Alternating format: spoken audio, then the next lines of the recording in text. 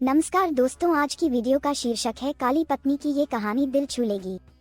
अरे रानी तुम सांवली, ऊपर से ये काली साड़ी, वो अच्छी दिखेगी क्या तुम्हारे ऊपर? पहले ही तुम्हारे रंग को देखकर लोग ताना मारते हैं। पूरब रानी को बोला, देखो ना पूरब, मैं बोलती तो कहती सास बोलती रहती है हमेशा। ऐसा लगता है जैसे कौवे को काला टीका लगाया हो। पति और सास का बोलना सुनकर जरा उदास हो गई। वो काली नहीं थी, कृष्ण वर्णीय और रानी नाक नक्शे में अच्छी थी, पर पति और सास कलर को लेकर रानी को हमेशा ताना मारते थे। क्या करेगा वो भी, वह गोरा और रानी कृष्ण वर्णीय। लोगों का क्या, वो तो नाम रखने में पीएचडी होते हैं। ब्लैक और व्हाइट जोड़ी बोलते थे दोनों को। पूरब का मन वैसे साफ था, रानी को अगर कोई कलर को लेकर बोलता तो उसे जरा भी अच्छा नहीं लगता था, इसीलिए वह भी थोड़ा बहुत बोल देता था ताकि वह जिद ना करें। लेकिन जब वह बोलता था तो उसे इस बात का पछतावा होता था। उसकी माँ घर में हमेशा कड़वाहट रखती थी, आज भी वैसे ही हुआ। घर में उत्सव के माहौल में सुबह जब सास ने रानी से बात की तो वह थोड़ी घबराई हुई थी। उसका चेहरा भी शांत था। पूरब वास्तव में खुद पर शर्मिंदा था। अपराधी की तरह बैठने के बजाय वह काम के लिए बाहर गया। कई सारी महिलाएं काली साड़ी पहनकर सड़कों पर चल रही थी। सभी ही गोरी थी ऐसा नहीं था, लेकिन उन पर वह काली साड़ी अच्छी लग रही थी। पूरब काम की जगह पर गया। उसका बचपन का दोस्त विकी और उसका पूरा परिवार साथ में था।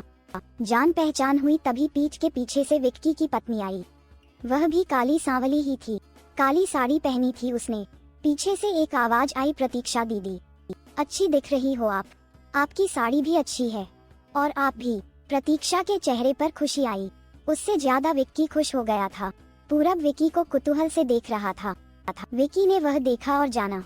वो पूरब के सवालों को हल करना चाहता था। विकी ने पूरब से सीधे ही पूछ लिया, पूछो तुम्हारे मन में जो भी है, मैं तुम्हें उसका उत्तर देने के लिए तैयार हूँ। पूरब पहले हड़बड़ाया, फिर वह बोलने लगा कि नहीं नहीं, ऐसा कुछ भी नहीं है। विकी ने पूरब से कहा, तुम मुझे नहीं जानते कि मैं लोगों का मन कितने अच्छे से पढ़ सकता हूँ। तुम तो मेरे बचपन के मित्र हो, तुम्हारे मन की बात भला मुझसे कैसे छुपी रह सकती है? विकी आगे बोला, चलो ठीक है, तुम्हारा सवाल भी मैं ही बता देता हूँ। तुम यही सोच रहे हो ना कि मेरी पत्नी जो रंग से काली है और आज उसने काली साड़ी पहन रखी है, फिर भी वह और मैं इतना खुश कैसे? पूरब सब कुछ शांति से सुन रहा था और कुछ भी बोल नहीं पा रहा था। विकी बोला, काला रंग ऐसा रंग है जिसमें दुनिया का कोई भी रंग मिला दे वह कभी नहीं बदलता, यानी कि किसी और रंग की संगत में वह अपना अस्तित्व कभी नहीं छोड़ता। इसी प्रकार प्रतीक्षा भी दिल से एकदम उस कलर के जैसी है, कभी भी रंगीन ना होने वाली लड़की है। वह अपने मर्जी से जिए, यही मुझे लगता है। मैं उसे खुश देखना चाहता हूँ। लोगों का क्या, वह तो बैठे ही है बुरा भला बोलने के लिए। गोरी औरत रही तो छिपकली बोलते हैं, काली होती है तो चूहा या कौवा बोलते हैं। क्या क्या नहीं बोलते लोग। ताना मारने वाले मारते रहे, हमें हमेशा खुश रहना चाहिए। वही मैं अब कर रहा हूँ। वो सुबह मुझे बोली, मैं कैसी दिख रही हूँ? अच्छी लग रही हो तुम। ऐसा बोलने पर उसके चेहरे पर वह कोलगेट स्माइल देखकर मुझे सकारात्मक ऊर्जा मिली।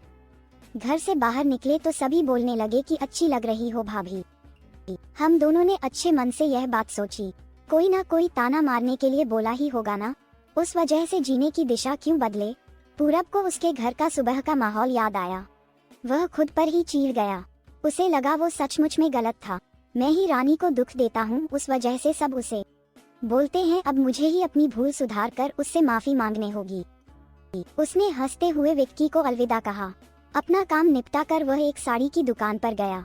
रानी के लिए उसने काले रंग की साड़ी ली और घर गया। घर जाने के बाद रानी शांत बैठी थी। उसने रानी को आवाज दी और साड़ी उसके हाथों में दे दी। रानी को जरा अलग ही लगा। उसने प्रश्नार्थक नजरों से पूरब की ओर देखा। उसने बॉक्स खोलकर देखा तो काले रंग की साड़ी थी।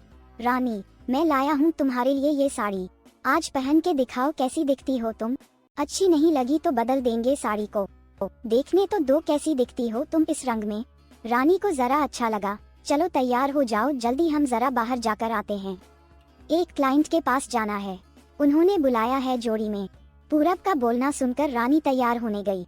काली साड़ी, उस पर हल्का सा मेकअप और लंबे बालों की चोटी।